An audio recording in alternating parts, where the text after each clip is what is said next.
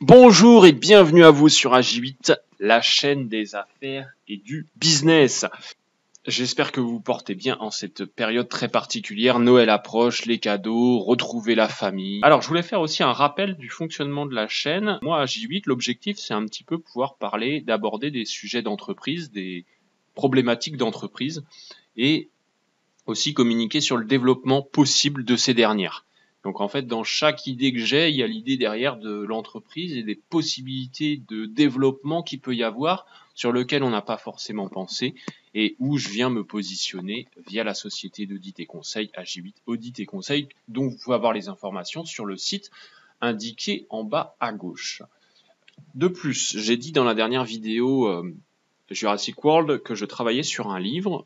Effectivement, via YouTube, les idées sont pas toujours poussées jusqu'à leur maximum. C'est le format un petit peu qui veut ça. Par écrit, je vais un petit peu plus loin en profondeur dans chacune des thématiques, dont la thématique que je vais pouvoir vous retransmettre aujourd'hui, le mystère Sony. Donc le mystère Sony que j'ai appelé le mystère PlayStation dans le livre, il remonte à quelques temps. Alors moi, Sony, mon histoire avec Sony est particulière. À la maison, on avait dans le salon un téléviseur Trinitron Sony qui prônait. Donc j'ai découvert la marque comme ça, c'est peut-être l'une des premières marques que j'ai découvert. Ensuite, j'ai joué, j'ai eu la PlayStation en 98, ensuite la PlayStation 2, la PlayStation 3 et j'ai eu aussi la PlayStation 4 il y a quelques temps. Je l'ai revendue entre-temps dans la foulée, mais j'y ai joué 2 années à peu près sur la PlayStation 4. Elle me manque un petit peu, il y a quelques softs que j'aimerais bien tester. Et puis là, il y a le Cyberpunk qui va sortir dans quelques jours maintenant, et j'avoue que c'est le genre de jeu qui me donne envie d'en racheter une, surtout qu'elle ne vaut, elle vaut, j'allais dire 3 fois rien. En fait, il y a une concurrence de ouf sur le Bon Coin, par exemple. Il y a des centaines et des milliers de PlayStation 4 qui sont à vendre. Et je crois qu'aujourd'hui, vendre sa PlayStation 4, je vous souhaite bien du courage. Cela étant, j'ai aussi eu des Sony Ericsson. J'ai beaucoup kiffé cette marque-là. J'étais même un peu accro à la marque, genre même j'étais revendeur officieux de la marque Sony Ericsson dans mon entourage. Et j'ai jamais reçu un seul euro de royalties de la part du groupe. Et donc j'ai arrêté de faire un petit peu ça. Je suis arrivé chez Samsung et depuis je n'ai plus quitté le navire Samsung. Cependant, j'étais très interrogé et d'où cette vidéo-là, j'ai été étonné à la sortie de la PlayStation 3 qui se voulait être une sorte de media center du salon, s'accouplant à votre télévision haute définition pour offrir le meilleur du divertissement. C'est un peu une phrase généraliste, mais c'est un petit peu ça. Un media center qui offrait donc la possibilité de jouer à votre PlayStation, d'écouter de la musique, vos sons, mais aussi des sons sur Internet via le PSN à l'époque, PlayStation Network, et aussi de la vidéo. Alors c'était quand même axé plus sur des contenus personnels que sur des contenus internet. On était en 2008 et en fait mon étonnement vient plutôt entre la sortie de la PlayStation 3 et la sortie de la PlayStation 4, c'est-à-dire entre 2008 et 2013. Parce qu'en parallèle, donc du développement en parallèle sur ces années-là, en développement, on a eu la sortie de l'iPhone de Apple en 2007, un élément déclencheur à la généralisation des smartphones dans nos sociétés, j'allais dire dans nos poches. Aussi Samsung qui s'est intéressé à le sujet et qui a commencé à produire son propre modèle. Et puis derrière, il y a eu le développement des applications et un peu la transformation de l'Internet, puisque l'Internet, on l'avait dans nos poches. L'arrivée des smartphones a permis d'avoir l'arrivée aussi des tablettes et du développement des applications et des applications de musique et des applications de retransmission de films. Et donc c'est pour ça que je vais revenir sur le sujet. Donc des nouveaux acteurs comme Spotify pour la musique, Netflix pour les séries télé et puis aussi les films.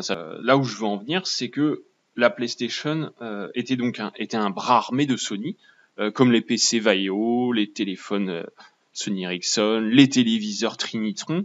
Et en fait, Sony, c'est aussi Sony Music. Et c'est aussi la Columbia Pictures.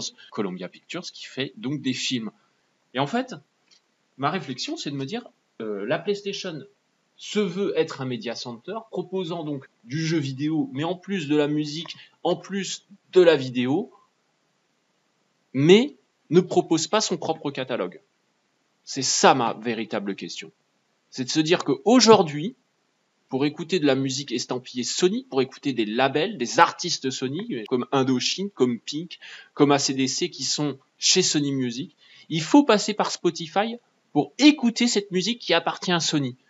Alors Sony, mais aussi tous les autres majeurs, en ont pas profité pour créer leur propre plateforme d'écoute. Il y a aussi Universal Music, il y a aussi Warner, qui sont des groupes de musique, qui aujourd'hui, pour qu'on puisse écouter leurs titres, enfin les labels qui sont chez eux, les artistes qui sont chez eux, on est obligé de passer par des plateformes comme Spotify, Deezer et compagnie, alors qu'ils ont déjà les droits d'artistes. Et Sony, pour aller un petit peu plus, avait déjà la plateforme pour écouter ces artistes, pour regarder ces films. Parce que c'est ça le PlayStation Plus qui s'est développé avec la PlayStation 4, ou en tout cas entre la PS3 et la PS4. C'est une plateforme en ligne qui vous permet de jouer en multijoueur en ligne, qui vous permet de jouer aux jeux du mois et d'avoir des réductions sur les contenus multimédia disponibles sur le PS Store, c'est-à-dire des jeux, mais aussi de la musique et des films. Et là, je ne comprends pas. Je ne comprends pas la position de Sony qui a un catalogue de ouf en termes de musique, en termes d'artistes, et qui n'a pas profité de l'aubaine pour vendre en tout cas ses artistes, pour en tout cas communiquer sur sa musique via la plateforme de la PlayStation. Ou alors, vous voulez regarder le dernier Jumanji, vous allez sur Netflix ou un autre prestataire, alors que ce film appartient à Sony. La plateforme existe déjà, alors contrairement à Warner et Universal, les plateformes n'existaient peut-être pas forcément. Et c'est aussi l'occasion, je pense, c'était aussi l'occasion de vendre du PlayStation Plus en dehors de l'environnement PlayStation. C'est-à-dire de vendre cet abonnement aux utilisateurs, aux gens qui n'auraient pas de PlayStation, qui auraient une tablette Samsung ou même carrément un ordinateur Apple, et de vendre cet abonnement qui aurait pu permettre d'avoir accès à cette musique, accès à ces films, peut-être réduire l'abonnement parce que les gens ne pourraient pas jouer. Je sais pas, en tout cas, c'était l'occasion d'aller chercher des clients en dehors des clients habituels via la PlayStation. Alors, je suis allé un petit peu au-delà aussi dans ma réflexion. Sony, comme je vous l'ai expliqué, c'était donc le Vallejo pour les PC, Sony Ericsson pour les téléphones, Trinitron pour la télé.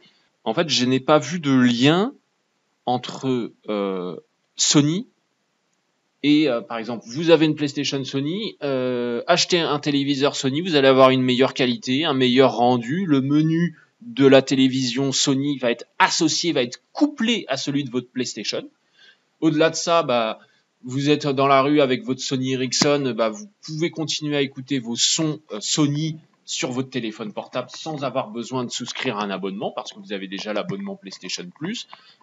Aucune réduction, aucun bon, aucun menu couplé. En fait, il y a, pour moi en tout cas, je n'ai vu aucun lien entre votre PlayStation Sony et tous les autres départements Sony, la télévision, les téléphones portables, les PC, la musique, les films. Il n'y a, pour moi, je n'ai vu aucun lien. Une carte de fidélité Sony, par exemple, aussi. Je n'ai jamais vu de carte de fidélité Sony. J'achète une PlayStation, là, elle vaut 500 €. Hop, j'ai un petit cachet. C'est-à-dire que demain, je vais avoir peut-être une réduction ou en tout cas un bon d'achat pour acheter un téléviseur Sony ou un téléphone portable Sony. Je comprends pas la position de Sony par rapport à ça. Alors j'essaye de l'expliquer et la réflexion que je me suis fait que c'était tellement un gros groupe qu'ils n'avaient pas pu faire le rapprochement entre les différentes plateformes. En tout cas, pour moi, c'était un levier de communication extraordinaire. On scindait tout en un. On avait une PlayStation qui aujourd'hui est un petit peu le cheval de bataille de Sony parce qu'en termes de communication, c'est sur ce support à l'échelle mondiale où ils communiquent le plus. La PlayStation 5, ça pourrait être un rassemblement de toutes les interfaces Sony, une espèce une locomotive en fait, la locomotive de Sony, et avec l'abonnement PlayStation de pouvoir communiquer entre ces différentes plateformes. Moi, je comprends pas du tout la position de Sony et d'où cette vidéo. Et voilà, j'ai réussi à faire cet enregistrement, j'en suis satisfait, il y a pas mal de découpage à faire, je vais m'en charger, ça va me prendre du temps. Voilà, je vais pouvoir respecter mon engagement de publier cette vidéo avant Noël. Si vous avez des questions, des interrogations, vous n'hésitez surtout pas à mettre des commentaires, vous n'hésitez pas à vous abonner, je sais, je vais le répéter, c'est comme ça que ça fonctionne, je n'y peux rien, je n'ai pas inventé la crème. Et je vous dis à bientôt, je vous souhaite plein de bonnes choses pour ces fêtes de Noël qui arrivent, le meilleur pour vous. Et prenez soin de vous. À bientôt sur AJ8, la chaîne des affaires et du business.